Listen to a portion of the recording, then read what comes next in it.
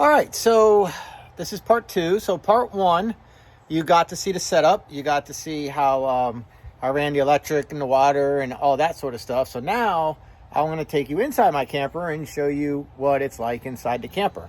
And it's pretty cool. Again, it's kind of like the washer dryer combo. A family sure would be kind of tight.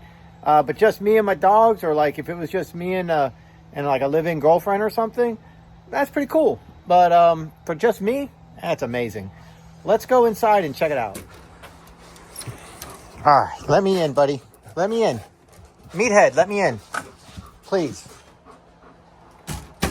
All righty, so temperature is beautiful. So I got the windows open. I still have the air on, when I need it. It'll kick on, but ceiling fan, windows are open, nice breeze in the shade. It's like in the 70s outside maybe, so it's pretty nice. But so here's the door we just came in. I do have it on like fishbowl, so it's a little bit wider angle. So yeah, there's the door. So when you walk in, the first thing you see is the kitchen. So this is the refrigerator and freezer. The cool thing about a refrigerator and freezer for like RVs is on auto, it'll run on gas and 12-volt battery, as well as electric, 120-volt electric. If the power were to go out, or if, let's just say, you were traveling from one destination to the other, it'll automatically switch over to gas and use the 12-volt function and propane and somehow keep everything cold. So if I do lose power, this actually can work off of 12-volt and the propane. And the propane we talked about in part one, and the 12 volt is actually under the bedroom outside in storage compartments. There's batteries in there. And you got your settings here. You got a halfway decent sized freezer. It is no ice maker, but it's pretty cool for one person. It's all you need. And the refrigerator, pretty good sized refrigerator. Lactose free milk, hell yeah. But it's good, for one or two people. You got a small pantry right here, keep some of your dry goods and stuff. And I don't even come close to filling up all the space, but there is a lot of space. There's another big up there. There's actually the air fryer I have shoved up in there, right? And then this I kind of use like to just hold some chemicals like soap and stuff that I buy in bulk, pot holders, whatever. And then some more space here, whatever. This is the control panel for pretty much everything in the house. So this is your overhead lights right here. This is your exterior lights right here. This is your ceiling fan. This works off of 120 volt. So, you don't have this if you don't have a generator or electric power, but this is the ceiling fan with the light, just like a home. This is the hot water switch. The hot water heater is a tankless, instant hot, works off of the propane. So you have that here. Then this is the pump. So if you didn't have like city water, like I do, I have city water just like a house. So, well, it's a community pump, but I have city water pressure 24/7. But if I didn't, it's got holding tanks, and this is the pump that you would use. So if you don't have access to, water 24/7, you could fill your holding tank and turn your pump on and provide all the water that you need. And again, this is the hot water right here. I turn it off at night. I turn it off when I leave the house. Lights, like I said, this is the slide outs for the 3 slide outs. So a slide out is like this here that slides out. So that controls this. This controls all of them. And then this is the awning out here. So, the screen, but you can retract the awning and stuff. This is actually keyless entry for my door. I have a keypad with a code and also a key fob. And then this is a remote that you can use to bring the front jacks up and down. So like right now, if I put this door like this, and let's just say it starts to kind of swing, kind of close on me or kind of open on me, there might be a little settlement going on, and I can just quickly bring the jacks up or down in the front to level the unit out, level the RV out. So I just keep that right there, whatever. So yeah, and then down here is the power box, you know, your power distribution panel. So this takes your 240 volt 50 amp and then disperses it between all your breakers. And then these here is the 12 volt side. So like different things.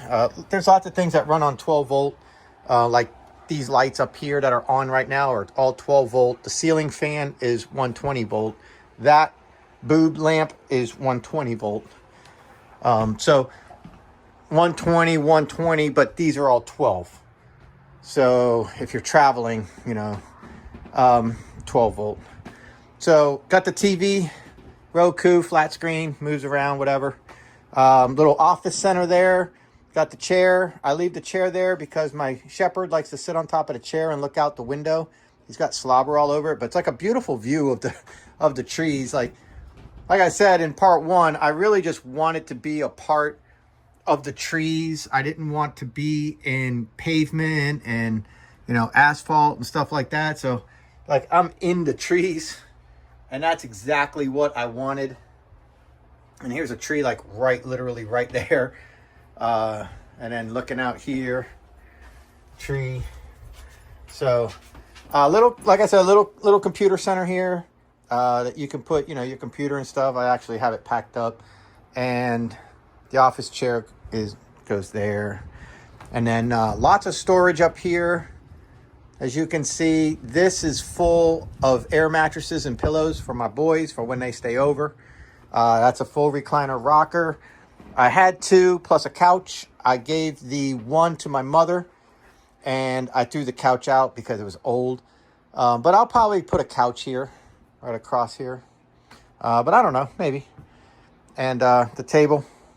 And the table can go a little bit bigger. It's not much bigger, but, you know, 6 inches. I don't think she'll mind. Okay. So, dishes up here. And then some Tupperware and some more dishes. This is the dog food area where I keep their food. And then some more dog treats. It's all about my dogs. So, more storage up there. That's empty. Those drawers are empty. That's empty. Like, I don't use anything. Underneath the sink storage, you got your area for coffee cups and glass, and then your pots and pans up here, whatever you need. Double sink. Everything you could possibly need. It's all right here. It's got a 3-burner stove, gas, oven. This is brand new. So, and then that right there is the heater. So the floor heater comes through all of these vents. So when it's cold out, the heat comes on. When it's hot out, the air conditioning comes on. And when the air conditioning comes on, it goes through vents, through the ductwork, as well as blowing out here. So it blows out here and keeps all this cold. And then you had these vents here and here. And so I tinfoiled the inside of them because I didn't need them. I wanted it to really just blow in the in the bedroom. So the bathroom is cool, right? Stand-up shower, toilet, sunroof there, whatever, skylight with a fart fan if you need it. Little thingy here lets them heat out. Storage. Me, hey, right? Sink, full-size shower. I mean, it's not the biggest shower, but it's fine. Oh, look at that. Look at that bug. Look at that wasp. I'll let them be. More storage here. I just keep towels there. Little fan. Another mirror because I'm awesome. Love mirrors. And then the master bedroom. Well, the only bedroom. But, you know, dresser, an armoire. Now, you can put in here a washer and dryer setup. They actually have the plumbing for it, which is quite cool. There's the bed. And Meathead thinks it's his bed. So windows on each side. You got a 12-volt light up there. Oops. Smoke alarm. You got speakers in here. So when you saw in the computer area, nice big mirror, of course. when you saw in the computer area, what's it called? The stereo. And it's got a remote. So you can run the stereo and it plays through the speakers here and here and there and there. And then it plays outside, 2 speakers outside. And then there's 2 speakers in the bedroom. And you can control it.